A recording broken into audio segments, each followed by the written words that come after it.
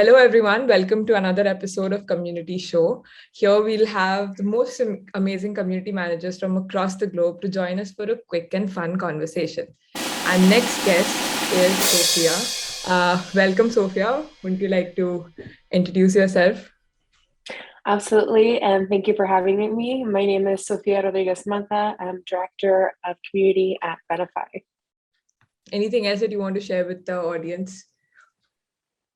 Sure. I have been doing community management for what feels like years now.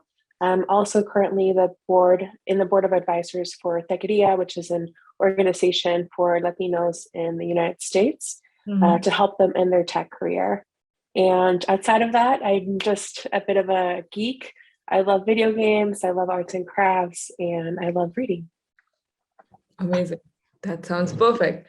So we'll just start with our questions now. I would probably be an artist. What kind of artist? I would illustrate and paint. So What I would love to do is have an art gallery that's also a coffee shop. So I could show my artwork, but also have people there all the time having conversations and just having this kind of home for people to be at. I love speaking with people. I love hearing about people. So just whenever they start talking about their lives or their interests or their passions, that's the moment that I feel the most happiness. Sometimes it's a lot of hours. It's definitely not a job that is for everyone. And I've actually known a lot of people who have left community management. So do know that it is going to be maybe sometimes an emotionally exhausting job. A lot of people say that we are social media managers, that we are always on our computers coming up with hashtags, or that a lot of the work that we do is just fluffy and easy. The work that we're doing has a deeper meaning than just what you get to see with working with a new product or tool. We have the opportunity to truly connect people and get them to form deeper connections in a world that is very quickly becoming more isolated, more separated.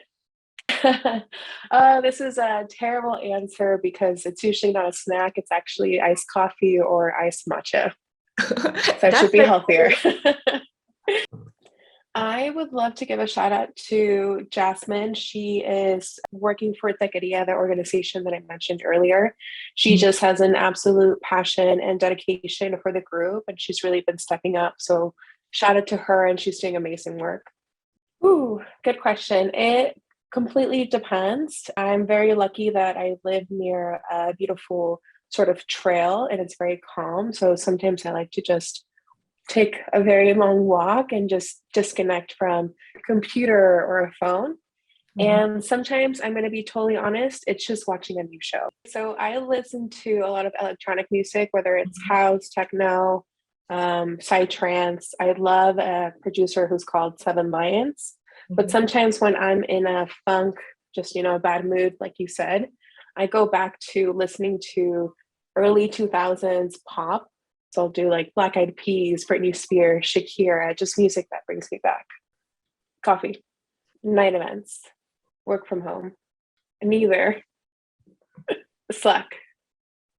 It's really hard to answer in a couple of words, but I would say if you're looking to build a safe space, you have to make sure that it is truly an inclusive space for everyone. So it's having that understanding of who is in your community and understanding what they need in order to tailor that space for them.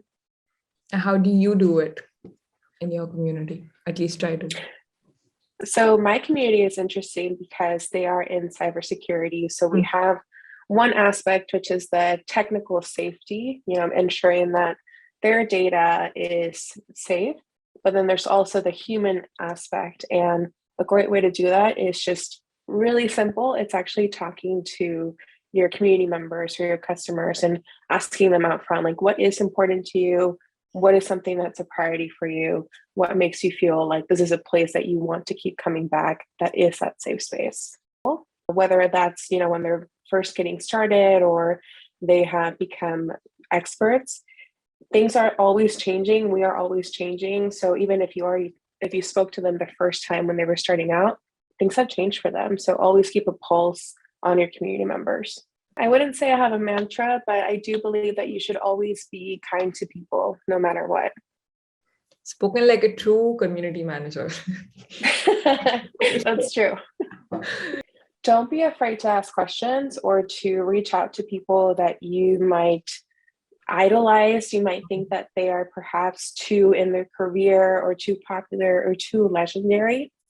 Most of the folks that I have met in this industry are very welcoming. They welcome those questions. So don't be afraid. Just reach out, ask questions, do your reading. There's a lot of resources out there for you and a lot of support. This might be because of the stage of my life where I'm at, but I would actually say join a community that's purely for you, not because you're looking to advance your career or professional development or because everyone else is in that community. Do something for fun. So if you love knitting, look for a community that's specifically for knitting. And I think that'll really reinvigorate your passion and also show you another way to be a community manager.